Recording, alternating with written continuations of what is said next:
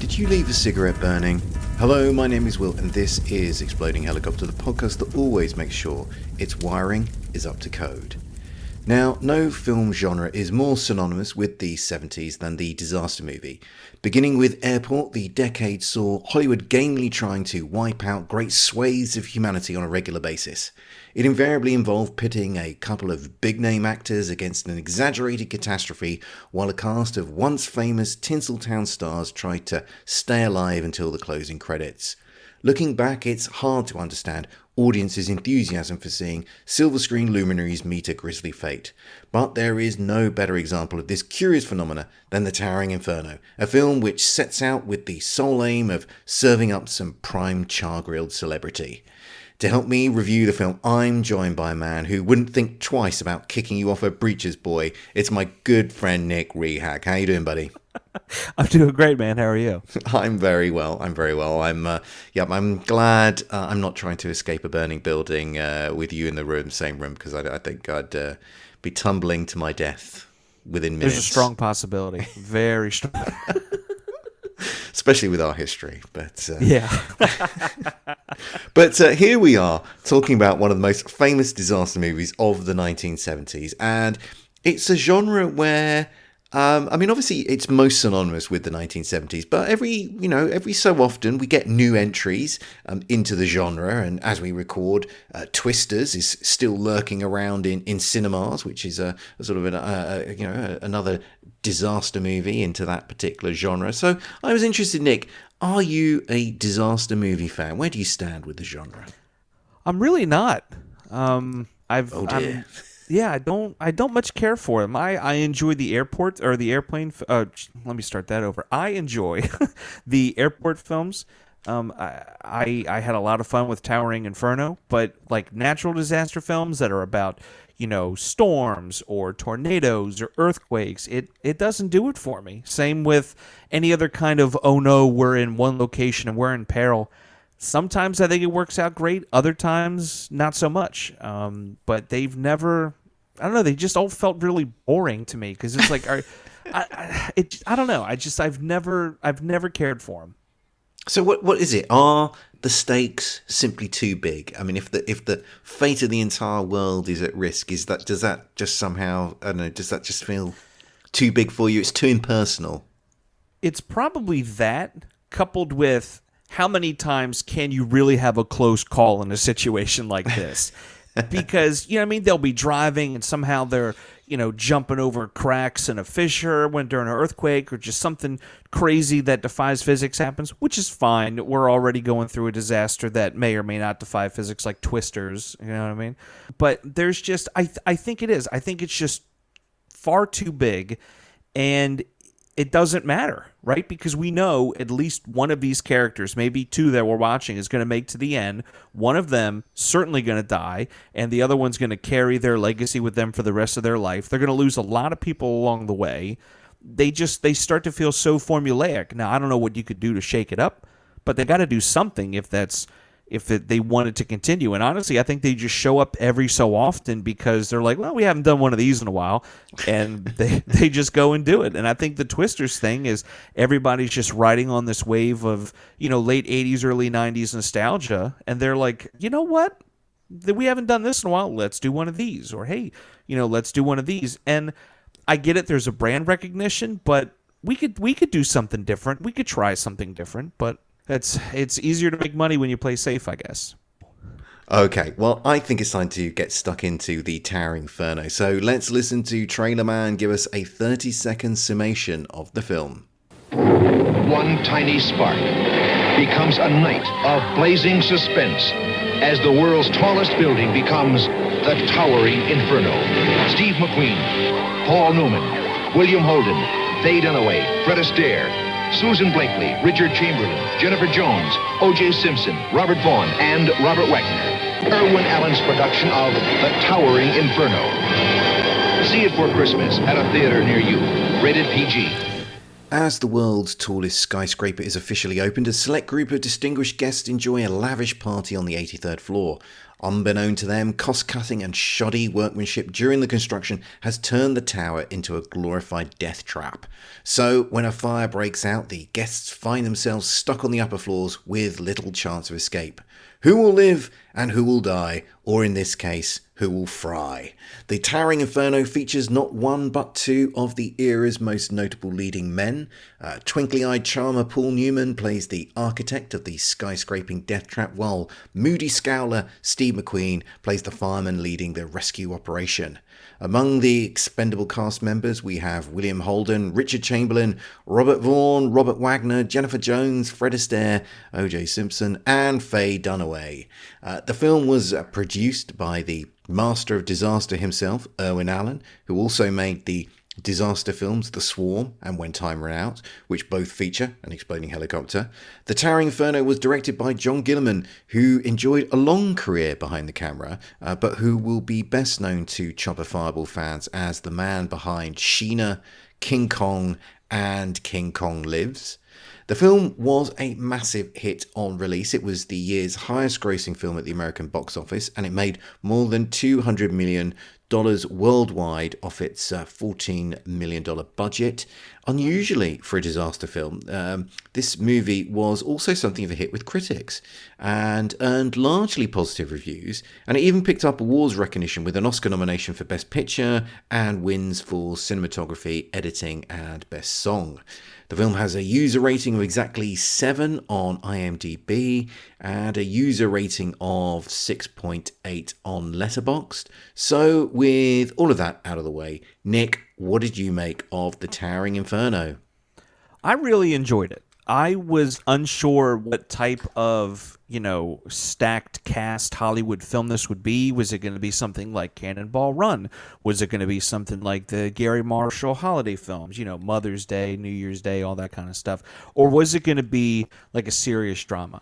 And we get a serious drama. One or two little chuckle moments in there, and we even see actors as characters that we typically wouldn't see, which is a lot of fun as well. But it's shot really well. There's a couple scenes that actually took me back a little bit, and I was like, this is actually kind of impressive for a movie like this. But overall, I just liked it. There's some moments that drag. There's a storyline that we could maybe cut to kind of bring it down from that, near 3-hour runtime, which it's a little much, I think.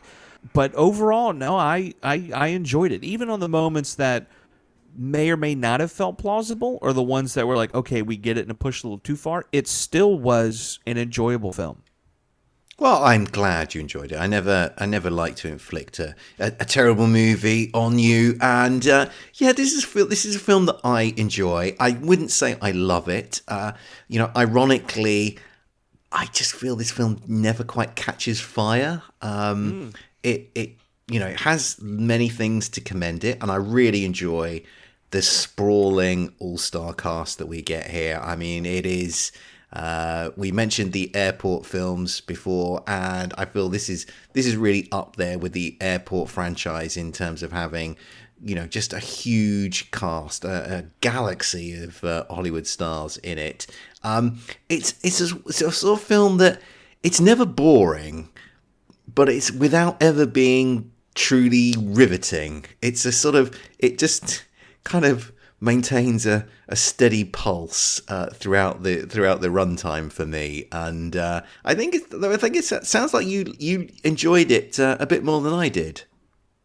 I think I did, only because of just how it's framed and how some of the stories unfold. I agree with you that sometimes it doesn't hit the peak that it could. There's some action moments that we don't really get, or at least we don't get as much of it as we want. And then there's other moments where it's like, we've been spending a lot of time here. Can we go do something else instead? But I get why they would do something like that. But yeah, it's just, I think it's just how the characters interacted with each other. And Paul Newman, he's so dynamic, and he's just a presence whenever he's on the screen. Same with Steve McQueen. So seeing these guys at times like sharing the screen and being together, it's like that's a pretty cool moment, It's because that's not something you see all the time. Well, you mentioned the human drama here, and aside from the spectacular special effects, which were obviously a feature of the 1970s disaster movie, many of these films kind of had this desire to incorporate like an entire soap opera's worth of melodrama into the film. And it seems that you enjoyed that particular aspect of it. So, you mentioned some of the story. You spoke about some of the storylines here. So, to put a little flesh on the bones there, we've got, Fred Astaire as this con man who's wooing one of the skyscraper's residents. We have Paul Newman himself. He's got a bit of a relationship drama going with Faye Dunaway. So it sounds like you enjoyed these little vignettes of human drama. So which ones, were you particularly drawn to? I really like Paul Newman's character because he's this like greatest architect ever and a hot shot. He's the best and all of this stuff. And you kind of think about it outside of that, like, that's a little absurd because there's no, we know a couple architects by name just because of the types of building they design. But, we don't really see, I don't think we live in such a world where like architects are like the people to buzz around and like they're pulling all these ladies left and right. Like some of it's a little silly.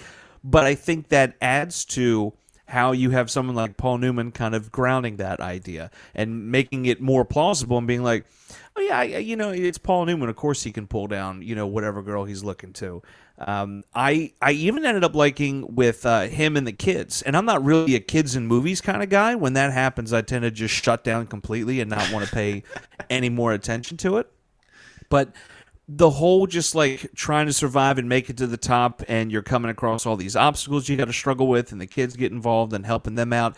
The weird kind of turns about how like one of them's deaf and the other one can hear like that. They talked about it, but it never really gets used to the full extent that it could. They don't really try to push any boundaries or do anything too creative with that.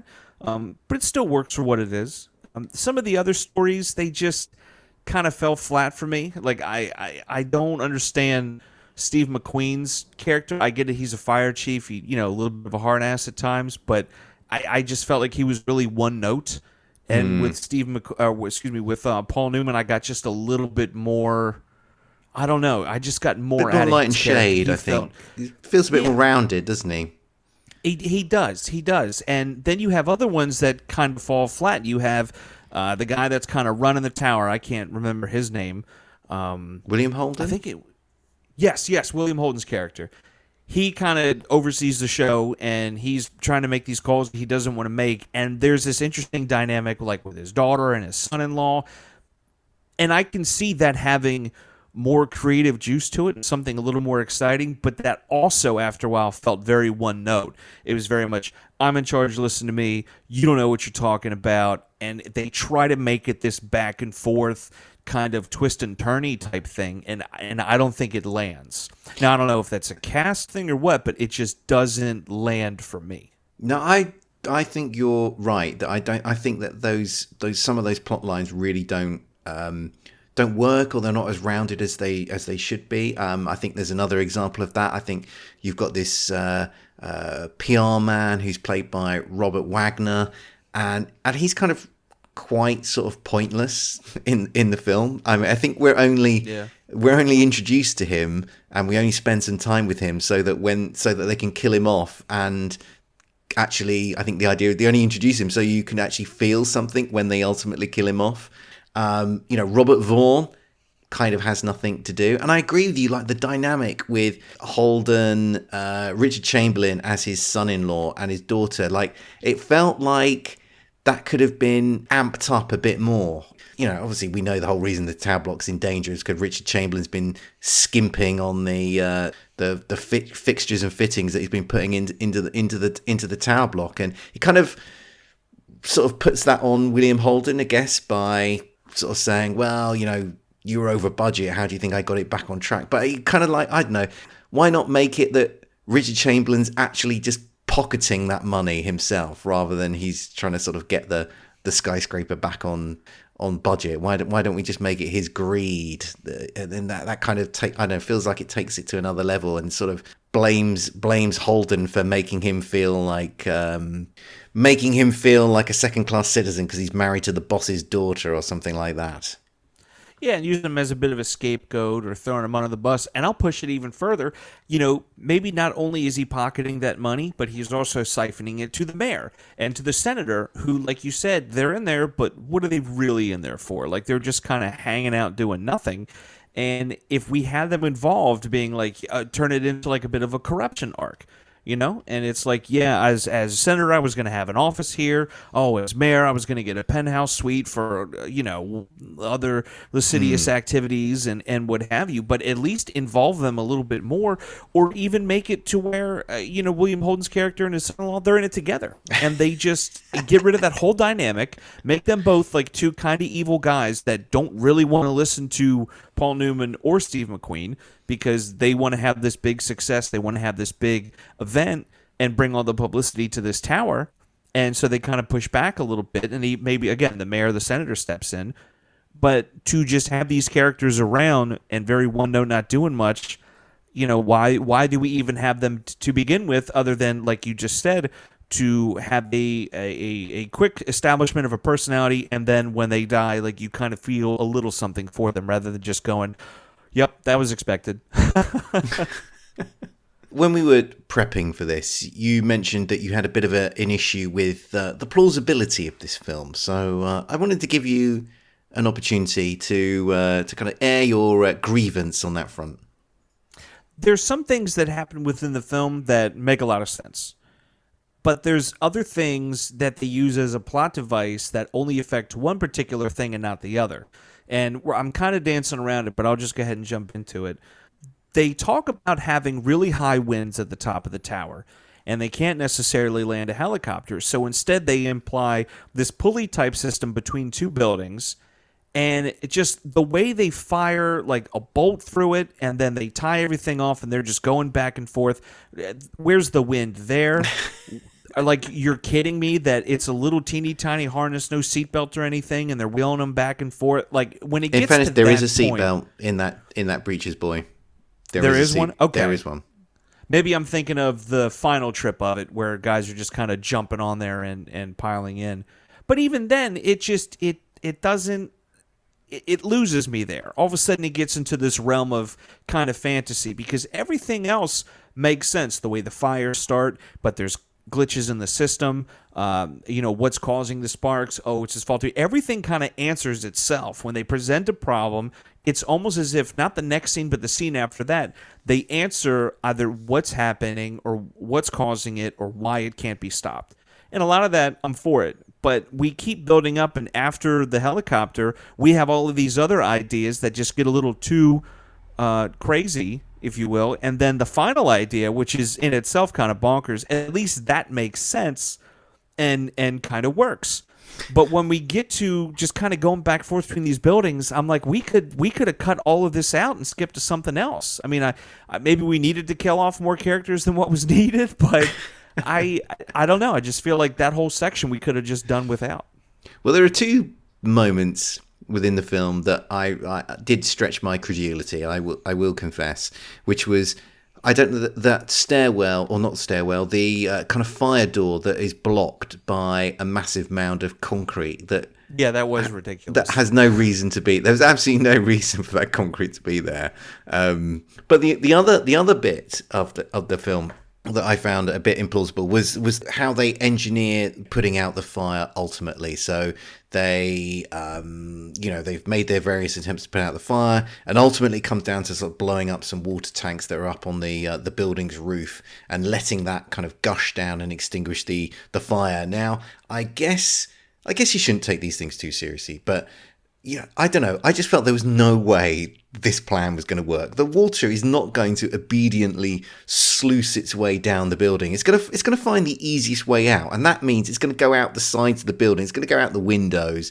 And maybe I'm overthinking this film. I should just. It's the Towering Inferno. It's a 1970s art movie. Maybe I just shouldn't be thinking. But I mean, it bothered me. Did it bother you, Nick? Or should I just stop being so pedantic? The convenience factor is what bothered me. The fact that it just so happens that we have these up here. I feel like in tower designs, you're not putting water tanks like that up top. You're keeping them a little bit lower, or maybe even some mid-level. But to have them all the way up top and to have that much water up there, that's that much more weight. That's that much more pressure on that part of the building.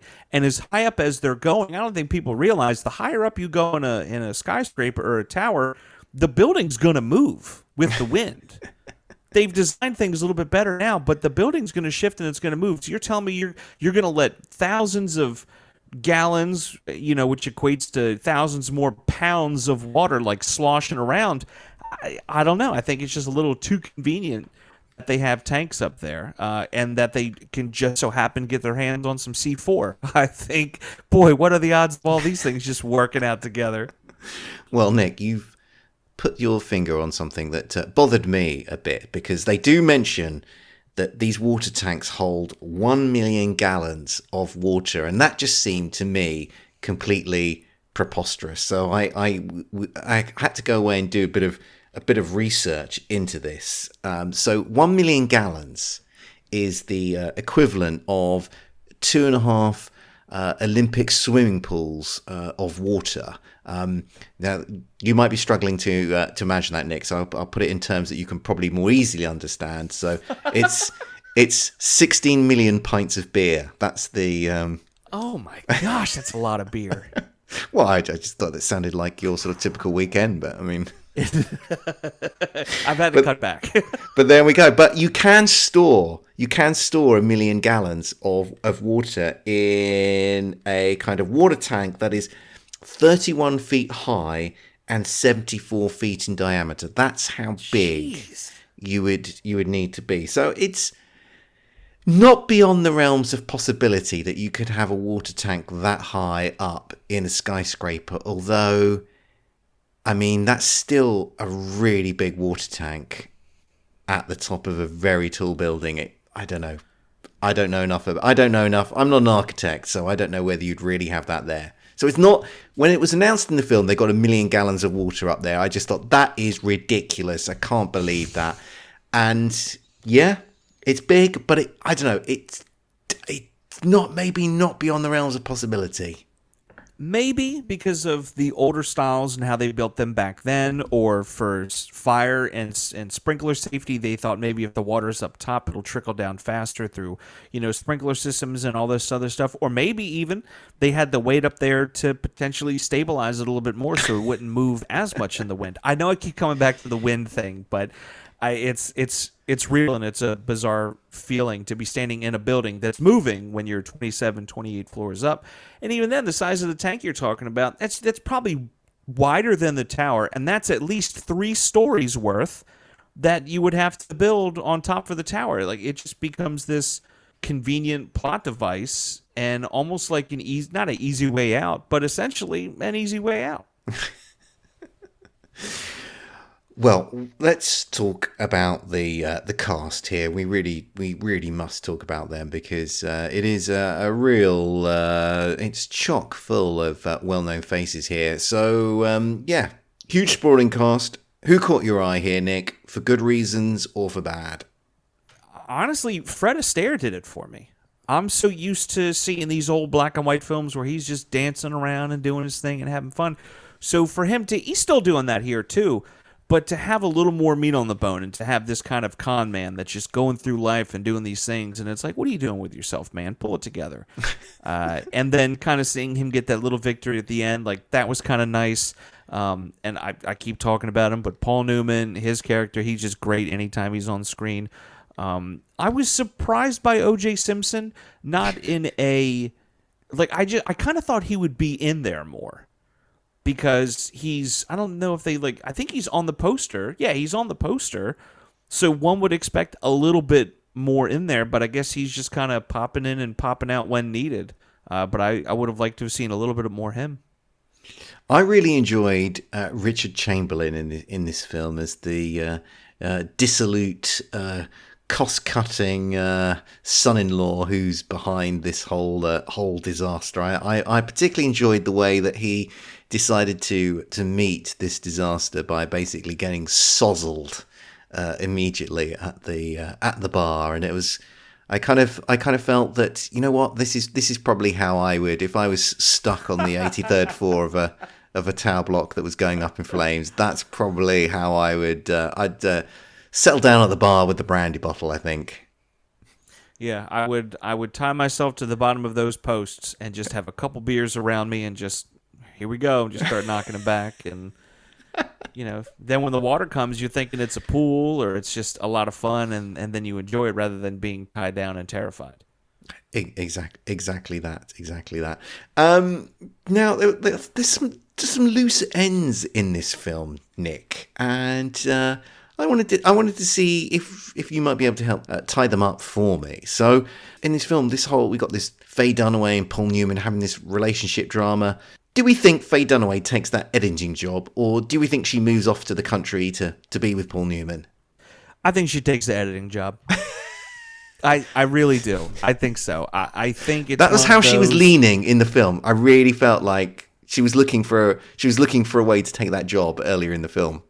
Yeah. Oh, she was for sure looking for a way out, and then she found it. And yeah, you go through this, traumatic experience with someone, but then you just kind of add on to that. Like, I can't be here anymore because of this, and I can't go with you to the country because my family and blah blah blah. Just there's a myriad of reasons, but she wanted out before she even got started, and you can kind of tell throughout her performance. There's a bit of a reluctance, I feel, and some of the times that she's with him, and she wanted out. We'll never know, but I think she wanted out. And so I'm guessing they're not together. She takes the editing job, and that kind of ends the relationship. Is that how you see it?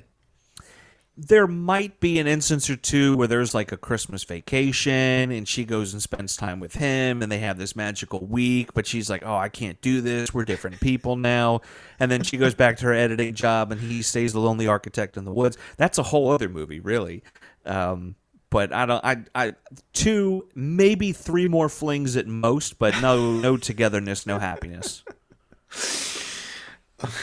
And on that depressing note, I think we should take a quick break, and we should come back and we should cheer ourselves up by looking at the exploding helicopter action. In the future, the game itself is so realistic, players are literally scared to death. The game maker Reality's the one thing your entertainment dollar couldn't buy.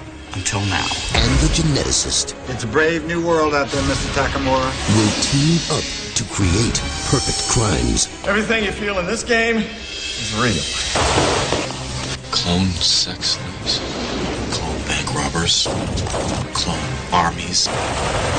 But this player Got him. Is the latest in law enforcement. Stop where you are, please. And he's not playing to lose. You ought to do something with some of that suppressed anger.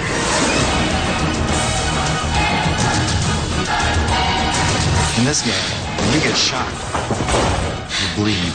That's why the kids love it. Hey! You're a dead man. Lorenzo Lamas. Let's go. Chris Sarandon. Do or die, brother. And Peter Coyote. You can't rush perfection. Terminal Justice. Cybertech BD.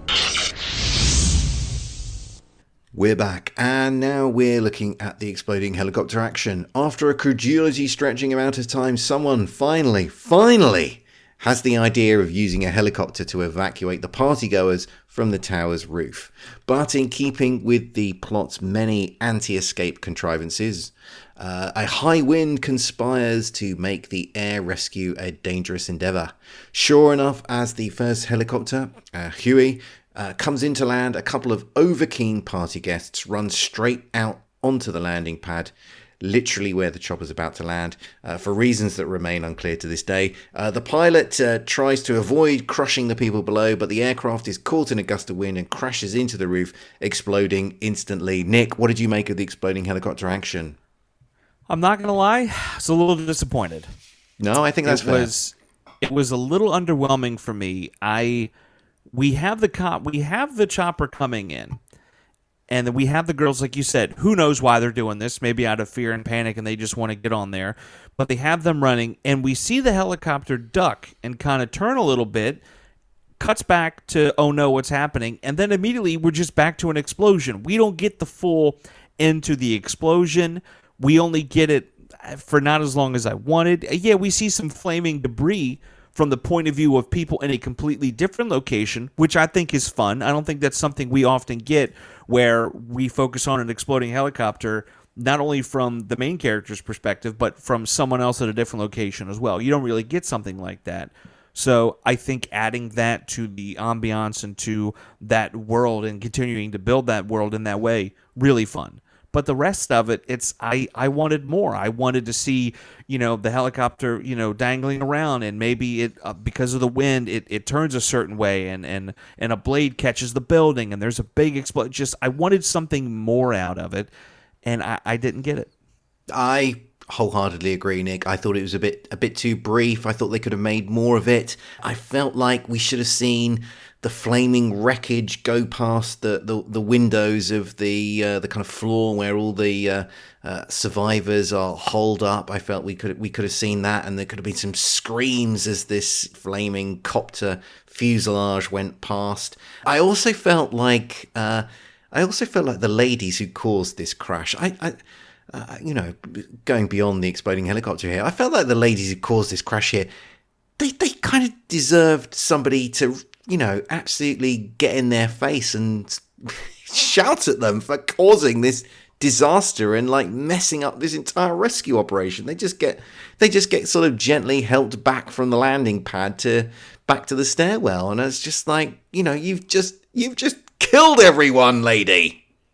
Yeah, and nothing comes of it. And in no way, shape, and form do I agree with something like this, but it's a film in the 70s. One of them probably would have got hit. It probably would have happened. They would have got hit really hard, and then everyone would have turned on the guy that hit her, and then he would state his case. He's like, well, if it wasn't for them, the helicopter would have landed, and we'd be rescued, and then that becomes a bigger fight, and we make some really creative decisions and thrust some juice into this thing. But instead, like you said, they not even like no finger wagging, no like putting them off in the corner or get away. They don't even get a stern look. Stuff. Not even a stern look. Yep, I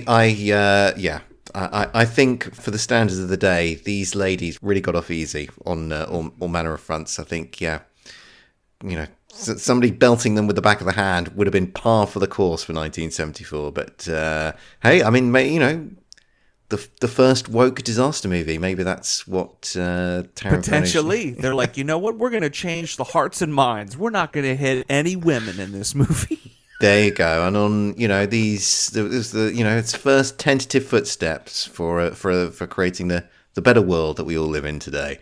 But I think overall a bit of a damp squib of an exploding helicopter here. But hey. They put one in the movie, so we can't knock it too much. Absolutely. Okay, I think that just about wraps things up for this show. Nick, thank you for joining me once again. Before you rope yourself to a metal railing, is there anything you want to plug?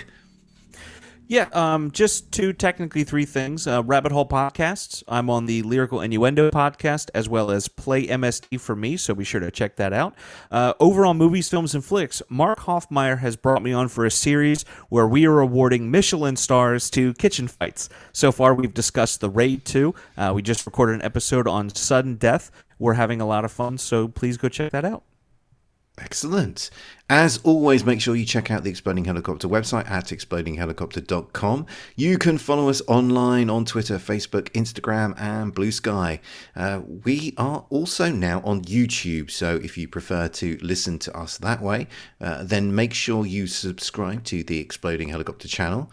We'll be back soon, but until then, what should people do, Nick? Keep watching the skies for those exploding helicopters.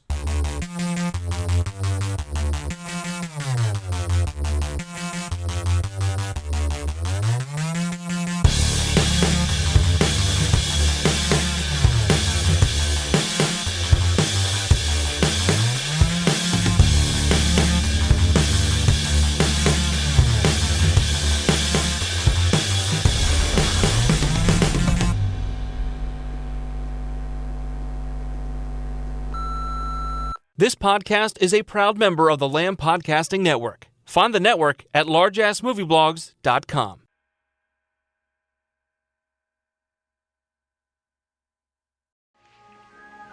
Well, I'm not a cheeseburger, you know.